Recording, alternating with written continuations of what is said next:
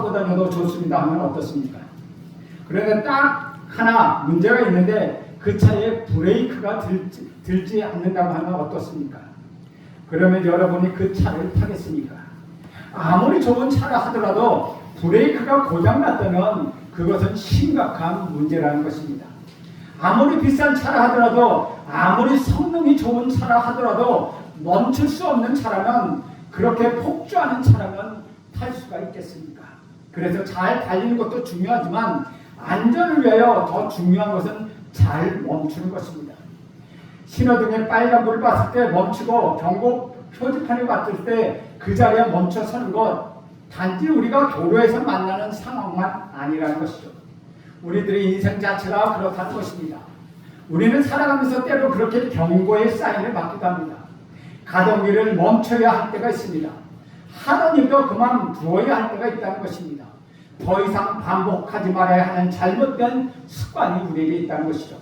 더 이상 넘어지지 말아야 하는 유혹도 있다는 것이죠.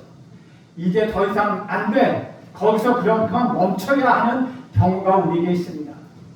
그런데 우리가 그 경고를 무시하고 그 조언을 귀담아 듣지 않고 내 욕심대로 하면서 거기에 멈추지 않는다면 그 결과는 피할 수 없는 결과를 초래한다는 것이죠. 오늘 사사기 16장은 삼손의 마지막 이야기가 기록되어 있습니다. 삼손은 잘못된 삶의 태도를 결코 바꾸지 않았습니다. 여전히 눈에 보이는 것을 쫓아 자기 눈에 좋은 것을 위하여 살던 그대를 살고 있습니다. 딥나의 블레셋 여인과 결혼하면서 겪었던 어려움과 아픔이 그에게 좋은 경험이 되었으나 삶을 돌이키는 계기가 되지는 못했다는 것입니다. 삼손은 그냥 그대로였습니다. 여전히 자기 눈에 좋은 것을 쫓아갑니다. 좋아진 것도 없고 오히려 더 안 좋아진 것만 많습니다.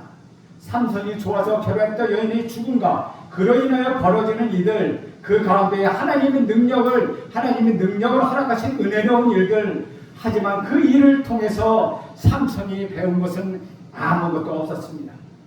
이제 더 가면 안 되는데 거기서 멈춰야 하는데 그 한계선을 넘어가고 있습니다. 삼손은 위협에 자신을 방치하며 결국 비참한 결과를 거두게 됩니다. 오늘 본문은 삼손이 2명의 여인을 만나면서 있었던 일을 기록하고 있습니다. 그래서 오늘 본문은 삼손이 만난 여인을 기준으로 해서 나누어 살펴보려고 합니다. 먼저 삼손이 만난 첫 번째 여인입니다. 1절 말씀입니다.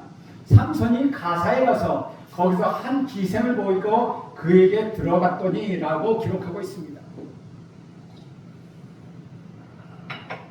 삼손이 가사로 내려갔습니다. 블레셋은 주요 성읍 가운데 5대 도시가 있는데 그 도시니 아스글론, 아스돗, 에글론, 가드, 가사가 있는데 가사는 이 5 성읍 중에서 가장 남쪽에 위치한 곳입니다. 그러니까 유대와 이렇게 많이 붙어있는 곳이죠. 삼손이 블레셋 지역에 이렇게 깊숙한 곳까지 들어갔다는 것은 무언가 큰 사건이 벌어질 수 있는 일이라는 것입니다. 삼손이 무엇 때문에 가사에 와 있는지는 알 수 없지만 삼손의 지금 상황은 위험하고 조심스러운 상황입니다. 하지만 삼손 본인은 이 상황에 대하여 전혀 신경 쓰지 않았습니다. 혼자서 블레셋 사람의 1000명을 죽인 삼손인데 무엇이 걸리겠습니까? 삼손은 블레셋 사람들의 눈치를 보지 않고 자기 마음대로 돌아다닙니다. 그런 삼손의 시선을 사로잡은 것, 그것이 있습니다. 삼손의 가사에 있는 기생을 보았습니다. 삼손은 또다시 여자를 보았고 그가 본 것은 자기 좋은 대로 행합니다. 삼손은 자신의 성적인 욕구를 채우기 위하여 몸을 파는 여인과 함께합니다. 그래도 이전에 삼손이 딥나의 여인을 좋아했을 때는 결혼이라는 형식을 갖추려 했는데 지금 삼손에게는 그런 것조차도 없습니다. 가사에 있는 기생의 삼손의 눈에 들었고 이 여인은 삼손에게 있어서 그저 욕망의 대상뿐이었다는 것이죠. 여전히 내 눈에 좋은 것을 쫓아서 결정하고 행동하는 충동적인 삼손을 보게 됩니다. 여기에는 어떤 사랑이나 어떤 로맨스도 없습니다. 그냥 동물적인 본능과 타락한 인간의 본성만 있을 뿐입니다. 지금 삼손에게는 하나님과 그분의 말씀에 대한 경각심은 결코 하나도 없다는 것입니다. 지난날의 잘못으로 경험했던 것들, 그 실수를 통해서 배운 것 하나도 없습니다. 경험을 통해 반성하거나 경험을 통해 돌이키는 것, 그것도 없다는 것이죠. 실수를 인정하고 새로워짐을 지려는 시도조차도 없었다는 것입니다. 우리는 누구나 실수를 할 수 있습니다. 실패할 수도 있고 넘어질 수도 있습니다. 유혹에 넘어갈 수도 있습니다. 하지만 그런 실패와 그런 실수를 통하여 아무것도 배우지 못한다면, 그런 경험을 통하여 어떤 변화도 이루지 못한다면 그것은 정말로 뼈아픈 일이라는 것입니다. 그런 경험이 무의미하게 되는 것이죠. 삼손은 정말 바보 같은 일을 되풀이하고 있습니다. 아무것도 배우지 못하고 다시 그런 똑같은 잘못을 반복하고 있다는 것이죠. 자신에게 맞지 않는 곳에 와서 무엇하고 있는 것입니까? 여기 삼손이 있을 곳이 아닌데 괜히 와서 기웃거리다가 자신의 약한 부분, 특히 더 유혹이 되는 여인에게 또 걸려 넘어지고 있다는 것이죠. 더 안 좋은 방향으로, 더 심각한 상황으로 흘러가고 있습니다. 사랑하는 여러분, 자신의 약점을 알고 그것에 나를 노출시키지 않는 것이 일반적인 지혜입니다. 내가 여자에게 약하고 특별히 여자가 나에게 유혹이 된다면 그런 자리를 만들면 결코 안 되는 것입니다. 유혹이 될 만한 자리를 미리 찾아내야 하는 것입니다. 그런데 꼭 그런 자리를 찾아다니면서 그런 상황을 만들어서 나는 괜찮을 거야 생각하며 그 자리를 은근히 즐기는 경우가 있다는 것이죠. 이것은 정말로 어리석고 위험한 일입니다. 유혹이 될 만한 것을 미리 없애고 문제가 될 수 있는 것 자기 곁에 두지 않는 것이 참다운 지혜입니다. 유혹은 그렇게 만만하지 않습니다. 쉽게 이길 수 있는 대상도 아닙니다. 유혹은 우리가 생각하는 것보다 훨씬 더 강력하고 훨씬 더 집요하고 훨씬 더 끈질기며 훨씬 더 달콤합니다. 그 유혹을 내 앞에 두고 자꾸 그 유혹을 보면서 계속 그 유혹을 생각하면서 거절하는 것, 그것은 불가능합니다. 아예 자리를 만들지 말고 피하는 것이 가장 지혜로운 방법입니다. 그러나 삼손은 어떻게 했습니까? 삼손은 그렇게 하지 않았습니다. 자신의 약한 것을 다스리지 않고 가사에까지 가서 거침없이 자신이 좋아하는 블레셋 여인을 보고 그에게 넘어갑니다. 삼손이 가사에 왔다는 소식은 블레셋 사람들에게 알려집니다. 블레셋 사람들의 원수 삼손이 가사에 재발려 들어왔다는 소식을 가사에 있는 사람들을 흥분시켰습니다. 그들은 이 기회를 놓칠 수가 없었습니다. 그런데 조심할 것은 삼손을 잡는 것 그렇게 쉬운 일이 아니었다는 것입니다. 괜히 섣불리 덤볐다가 오히려 큰 일을 당할 수 있기 때문입니다. 함부로 싸울 수 있는 상대가 아니기 때문에 그들에게는 작전이 필요했습니다. 그래서 가사 사람들은 조용히 기다렸습니다. 몰래 숨어서 새벽이 될 때까지 기다렸다가 삼손이 잠이 들면 방심하고 있는 틈을 타서 공격하기로 계획합니다. 가사 사람들이 이런 음모를 아는지 모르는지 삼손은 전혀 개의치 않습니다. 삼손은 그 밤을 여인과 함께 보내다가 밤중에 일어나 놀라운 일을 합니다. 성 문짝들과 두 문설주와 문빗장을 꿰어가지고 어깨에 메고 갑니다. 성을 달고 있는 문을 통째로 성이 달려있는 문을 통째로 뽑아다가 어깨에 메고 가는 것이죠. 나는 내가 가고 싶은 길을 내가 가고 싶은 대로 간다. 그런데 성문이 삼손을 막고 있습니다. 그러니까 성문을 뽑아버립니다. 이 얼마나 황당한 모습입니까? 성문이 어느 정도 크기였는지 정확히 알 수 없지만 사람들이 들고 다닐 정도의 크기와 무게는 아닐 것입니다. 상식으로 이해하기 어려운 일이 벌어집니다. 입이 다물어지지 않는 광경이 보여집니다. 그래서 매복해 있던 사람들이 어떻게 했다라는 다른 이야기는 없습니다. 성문을 뽑아가지고 들고 다니는 사람과 싸우고 싶겠습니까? 그 사람을 잡는다니 참으로 엄두에 나지 않는 일입니다. 이렇게 무시무시한 괴력으로 성문짝을 뽑은 삼손은 그 모든 것을 메고 헤브론 앞산 꼭대기까지 갑니다. 가사에서 헤브론까지 거리는 약 60km가 넘습니다. 게다가 그 길은 해안에서 산악의 고지대로 올라가는 험한 길입니다. 삼손은 그 무거운 것을 메고 60km 이상 걸어서 산 꼭대기에 올라갑니다. 정말로 엄청난 일입니다. 그런데 삼손이 왜 성문짝을 들고 이 험한 길을 걸어갔을까요? 추가적인 언급이나 힌트가 없기 때문에 그것을 알 수가 없습니다. 삼손이 가사로 간 것 자체가 알 수 없는 일이고 왜 이런 일을 했는지 전혀 모릅니다. 의문투성입니다. 다만 삼손의 의도는 모르지만 그 결과만 두고 짐작해 보았을 때 성문이 가지고 있는 상징적인 의미가 있기 때문에 삼손이 가사의 성문을 뜯어왔다가 이스라엘 가운데 있는 헤브론 산에 가져다 놓았다는 것은 블레셋 입장에서는 굉장히 자존심이 상하는 일이었다는 것입니다. 어찌되었든 힘 자랑을 제대로 한 삼손은 이번에는 두 번째 여자를 만납니다. 두 여자 중에 유일하게 이름이 언급된 드릴라입니다. 4절 보면 그 후에 삼손이 소렉 골짜기 드릴라라 하는 이름하는 여인을 사랑하네. 드릴라에 대한 정보는 소렉 골짜기에 살았다는 것밖에 없습니다. 그래서 드릴라가 정확히 어느 나라 사람인지는 알 수가 없습니다. 두 가지 견해가 있는데 드릴라가 이스라엘 사람이라는 견해와 블레셋 사람이라는 견해가 있습니다. 이스라엘 사람이라는 이유는 세 가지로 말할 수 있습니다. 첫째, 드릴라는 이름이 이스라엘을 포함한 셈족이 사용하는 이름이기 때문입니다. 둘째는 그녀가 살았던 곳이 이스라엘 지역인 소렉 골짜기입니다. 셋째, 그녀는 삼손의 여인 중에서 유일하게 이름이 나온다는 것입니다. 그런데 이 세 가지 이유 때문에 같은 반론을 또 언급하고 있습니다. 첫째, 당시 블레셋 사람도 셈족의 이름을 사용했다는 것이고, 둘째, 당시 블레셋 사람도 이미 소렉 골짜기에 들어와 살았다는 것입니다. 왜냐하면 그 당시 이스라엘이 블레셋의 지배를 받았기 때문입니다.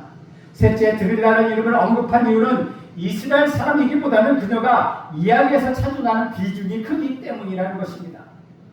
사랑하는 여러분, 어느 쪽에도 다 설득력이 있습니까? 만약 드릴라가 이스라엘 사람이라면 이전에 유다 사람들이 삼손을 블레셋 사람들에게 넘겼던 것처럼 드릴라도 동족을 배반하는 역할을 하는 것입니다. 하지만 만약 드릴라가 블레셋 사람이라면 삼손이 만난 여인들은 모두 블레셋 여인이 됩니다. 블레셋 여인만 특별하게 좋아하는 삼손의 취향을 생각할 수 있다는 것이죠. 삼손은 거듭해서 블레셋 여인들을 쫓으며 자신의 욕망을 채우기 위하여 살았던 본능에 충실한 사람이었다고 볼 수 있습니다. 개인적으로는 블레셋 사람들이 방백의 요청을 받으며 그들과 함께 했다는 점과 삼손이 이스라엘 여인과 관심이 없었다는 걸 생각해 볼 때 블레셋 사람으로 본 것이 좀 더 가능성이 있는 것 같습니다. 삼손은 드릴라를 사랑했지만 드릴라는 삼손을 이용합니다. 이전에 삼손은 딘다 여인과의 이런 관계가 있었는데 다시 비슷한 일이 반복된다는 것이죠. 딘다의 여인이 시스템의 답을 알아내고자 삼손에게 매달렸던 것처럼 드릴라도 삼손의 힘의 근원, 힘의 비밀을 알아내려고 삼손에게 매달립니다. 삼손에게 이와 같은 일이 또 반복되지만 삼손은 그 유혹에 또 넘어가고 맙니다. 주 안에서 사랑하는 여러분, 삼손은 정말 바보가 아니겠습니까? 삼손은 학습되지 않았습니다. 그런데 잘 생각해보면 우리도 정말 이렇게 바보 같은 때가 많다는 것입니다. 정말 바보처럼 했던 실수를 반복합니다. 그리고 또 유혹에 넘어갑니다. 유혹에 넘어가기 전에 멈춰야 합니다. 죄를 향해서 더 나가지 말아야 합니다. 더 이상 생각을 키우지 말고 행동으로 옮기지 말아야 합니다. 더 넘어가지 말고 거기서 멈춰야 한다는 것입니다. 그런데 삼손은 멈추지 않습니다. 그래서 어떤 일을 겪게 됩니까? 블레셋 방법들, 블레셋의 지도자들이 힘으로 맞서서는 삼손을 도저히 이길 수 없다는 것 그들은 알고 있었습니다. 그래서 드릴라를 끌어들입니다. 드릴라를 찾아가서 그녀가 거절할 수 없는 제안을 합니다. 이전에 블레셋 사람이 딘나 여인들을 협박하여 원했던 것을 얻었지만 이번에는 협박이 아니라 돈으로 원하는 것을 얻으려고 합니다. 드릴라에게 삼손의 비밀을 알려주면 얼마든지 내겠다고 합니다. 각각 은 1,100개씩을 주겠다고 이야기합니다. 당시 1년 동안을 위해서 받는 임금이 일반적으로 은 10개입니다. 바로 다음 장인 사사기 17장에 보면 집안의 제사장을 세우며 임금을 약속하는 장면이 나오는데 1년의 임금을 은 10구로 제한하는 10개로 제한합니다. 그런데 드릴라에게 얼마를 약속합니까? 은 1,100개입니다. 삼손의 비밀을 알아내면 110년 동안 먹고 살 수 있는 그러한 금액을 받을 수 있게 된다는 것이죠. 그것도 한 사람에게서 그만큼 금액을 받으니까 드릴라를 찾아온 반백이 몇 사람인지는 알 수 없지만 블레셋은 보통 5 대표 도시로 성읍으로 생각한다면 몸값을 약속한 방백은 지도자는 5명이었다는 것입니다. 그 방백들에게 그 돈을 받으며 상상을 초월하는 금액이 된다는 것이죠. 즉, 은 5,500개가 된다는 것입니다. 이 엄청난 금액을 약속을 받은 드릴라는 곧장 작업에 들어갑니다. 6절 말씀입니다. 드릴라가 삼손에게 말하되 청하건대 당신의 큰 힘이 무엇으로 말미암아 생기며 어떻게 하면 능히 당신을 결박하여 굴복하게 할 수 있을는지 내게 말하라. 드릴라는 다른 계획이나 속임수 없이 정면으로 승부를 겁니다. 유도 신문이나 다른 미끼를 던지지 않습니다. 직접적으로 자기가 원하는 것을 얻고 싶어하며 몰아붙입니다. 어떻게 하면 결박하고 어떻게 하면 굴복하게 할 수 있는지 방법을 알려달라고 말합니다. 그런데 삼손은 어떻게 대처합니까? 7절 말씀입니다. 삼손이 그에게 이르되 만약 마르지 아니한 새 활줄 7으로 나를 결박하면 내가 약하여져서 다른 사람과 같으리라. 이것이 삼손의 대답입니다. 삼손은 이 위험한 질문을 가지고 장난을 칩니다. 재미삼아 거짓말로 대답하며 상대방을 놀리는 것입니다. 3번이나 이와 같은 장난을 반복하며 즐깁니다. 비슷한 사건이 3번이나 반복되었는데 그러면서 발전되는 것이 있었다는 것이죠. 첫째는 일이 반복될수록 드릴라의 재촉은 점점점 강해진다는 것입니다. 그리고 삼손의 거짓말에 대한 불평도 점점점 강해집니다. 드릴라의 입장에서는 약이 바짝 올랐다는 것이죠. 둘째는 일이 반복하면 반복할수록 삼손의 거짓말이 점점점 위험해진다는 것입니다.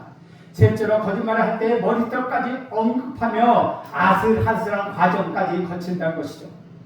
셋째는 일이 반복될수록 삼손의 경계심은 점점점 약하게 되었다는 것입니다. 삼손이 머리털을 언급하고 나고서도 아무런 경계 없이 그저 드릴라의 무릎에 벽에를 하고 잠을 자고 있었다는 것이죠.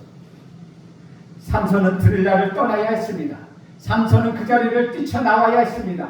삼손이 드릴라의 무릎에 누워서 자고 있을 때가 아니라는 것이죠. 드릴라는 삼손이 사랑할 사람이 아니었습니다. 그런데 삼손은 드릴라에게 빠져서 그날을 그 여자를 떠나지 못합니다. 근데 거기서 그만 멈춰야 했습니다. 그러나 그는 멈추지 않았습니다. 더 이상 나가면 안 되는데 그만둘 생각이 삼손에게 없었습니다. 스스로 제어하지 못하고 절제하지도 못한다는 것입니다.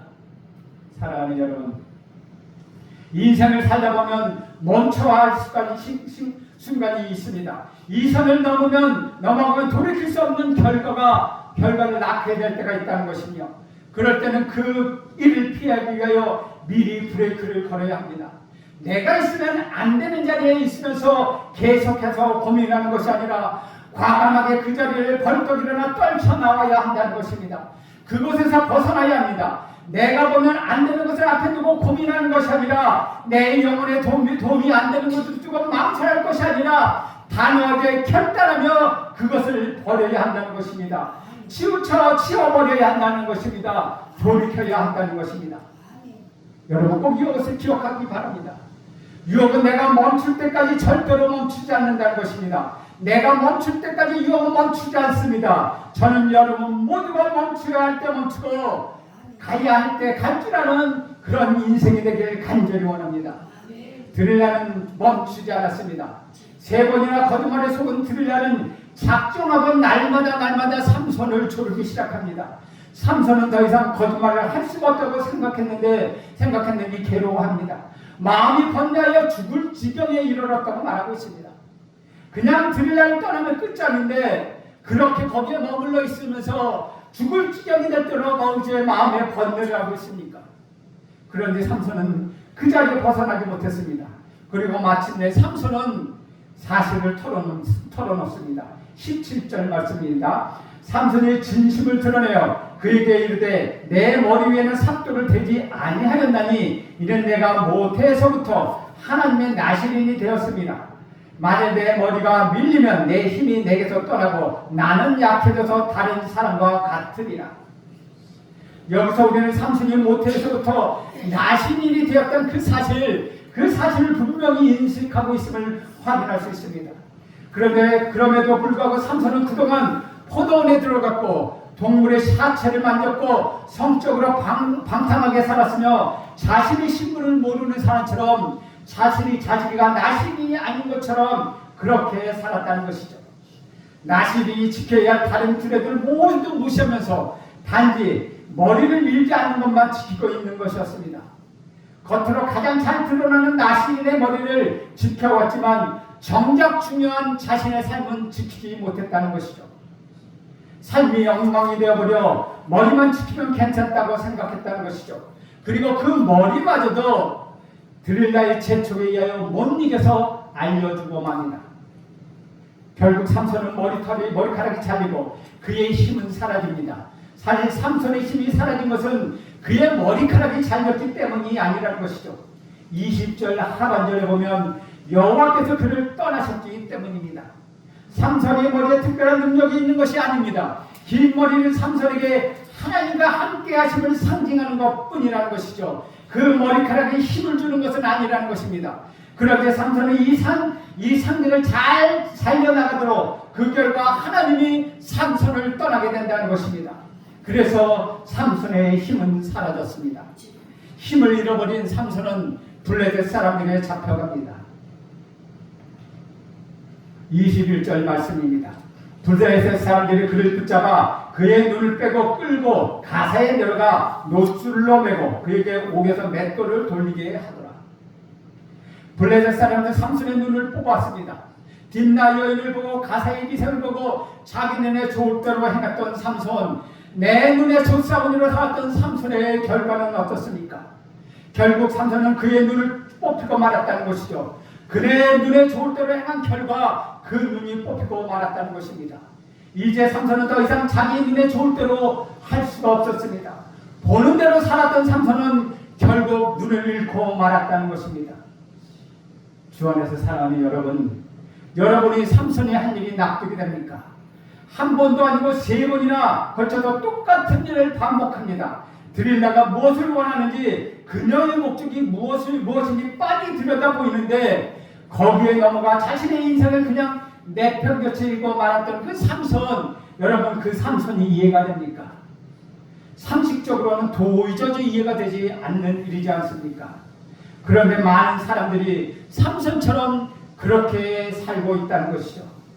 얼마나 많은 사람들이 삼손처럼 자기 눈에 좋을 대로 살고 있는지 우리는 모릅니다. 지금 당장 죄를 즐기는 것이 좋으니까, 그 죄가 주는 즐거움과 만족이 있으니까 그 죄에 매여서 거짓된 만족과 쾌락에 두 눈이 멀어지고 있다는 것이죠. 그러다 결국 두 눈이 뽑히고 말 것입니다. 유혹은 처음부터 여러분의 인생을 망칠 거라고는 경고하지 않습니다. 유혹은 늘 그래도 내 인생은 괜찮을 거야, 잘 될 거야, 아무런 문제가 없을 거야 라고 유혹은 늘 우리에게 말합니다. 그리고 틈만 나면 그 틈을 노려서 유혹은 여러분의 인생에 죄를 가지고 들어옵니다. 사랑하는 여러분, 반복되는 유혹에 대하여 단어에게 스탑, 노 라는 버튼을 누르십시오. 유혹에 넘어가지 말고 멈추십시오. 여러분이 다시 리플레이 반복 버튼을 반복해서 얼마나 자주 누르고 있는지 모릅니다. 이제 그 일을 그만두십시오. 여러분 스톱하시기 바랍니다. 아무 문제 없는 거, 아무 문제 없을 거라고 착각하지 마십시오. 이제 그만 멈춰야 합니다. 지금 여러분이 빠져있는 죄가 있다면 그것을 정리해야 합니다. 죄의 여지를 남겨두지 마십시오. 단호하게 그것을 잘라버려야 합니다. 그리고 유혹이 왔을 때 거기에 멈추고 여러분의 머리에 다른 생각들을 채워버리십시오. 그것을 빠져나와 다른 장소로 이동하고 다른 일을 시작하십시오. 유혹에 넘어갔을 때 겪게 될 결과를 생각하며 단호히 그 모든 유혹을 거절하십시오. 그러나 여러분이 멈추지 않으면 그 유혹이 여러분의 인생을 멈추게 할 것입니다. 그러나 성경은 여기서 삼손의 인생에 맞춤표를 찍지 않았습니다. 22절을 보십시오. 그의 머리털이 밀린 후에 다시 자라기 시작합니다. 머리털이 다시 자라기 시작했다는 것 무엇입니까? 우리 하나님이 다시 한 번의 은혜를 삼손에게 허락하였다는 것입니다. 하나님의 마음을 아프게 한 죄밖에 짓지 않는 삼손에게 다시라는 은혜를 허락하여서 그 머리카락의 자람으로 인하여 삼손이 죽을 때는 살아서 죽인 그 많은 블레셋 사람보다 더 많은 사람을 죽일 수 있었다는 것입니다. 삼손과 다를 바 없는 죄인인 우리에게 다시라는 기회가 값없이 우리에게 허락되었습니다. 그러나 이것은 하나님 편에서 아들인 우리 구주 예수 그리스도의 피를 흘린 무한한 대가를 지불한 결과임을 여러분 기억해야 합니다. 그래서 이 소중한 은혜의 선물을 두고 무엇을 채워갈지 우리는 신중히 생각해 보아야 합니다. 사랑하는 여러분, 여러분이 세상 백성과 구별된 것, 하나님의 아들 우리 구주 예수의 피의 은혜로 여러분의 심령에 발라주셨기 때문입니다. 삼손에게 머리카락이었던 성결의 표시인 아들의 피를 기억하십시오. 우리 구주 예수 그리스도 안에서 주어진 능력을 사용할 때 여러분의 가정과 이 나라와 이 민족의 하나님 나라가 속히 임할 것입니다. 그러므로 우리는 세상 백성과 동일하게 능력에 크게 주목하거나 그 능력이 하나님의 영 성령으로부터 주어진 것임을 알고 그 능력을 오직 우리 구주 예수 그리스도를 위하여 올바르도록 사랑하도록 올바르게 사용하도록 힘써야 하는 것입니다. 오늘 하루도 우리는 맹렬하게 진노의 심판에서 영원한 생명으로 넘어가게 하신 우리 구주 예수의 피 능력을 믿으시 바랍니다. 그리하여 다시 한 번의 은혜, 그 은혜를 받고 헌신하여 여러분의 가정, 여러분의 자녀, 이 조국, 이 대한민국을 밝히며 살아가는 저와 여러분이 되기를 축복합니다. 기도하겠습니다. 하나님, 삼손이 자기 눈에 좋을 대로 자기 눈에 내 눈에 줄 싸움이라고 생각했지만 결국 눈에 뽑히는 결과가 되었습니다. 비참한 결과로 살았습니다. 멈추어야 할 때 멈출 줄 몰랐습니다. 그러나 하나님 다시 그에게 다시 은혜를 허락하여 주셨으니 그 은혜로 다시 한번 힘을 내어 하나님의 일을 감당하는 삼손을 봅니다. 주여 우리에게 같이 하여 주시옵소서. 우리도 다시 한번의 은혜, 다시 은혜를 허락하여 주셔서 주의 놀라운 은혜 가운데 사는 주의 놀라운 능력을 발휘하는 우리 모두가 되게 하옵소서. 예수님의 이름으로 기도합니다. 아멘. 찬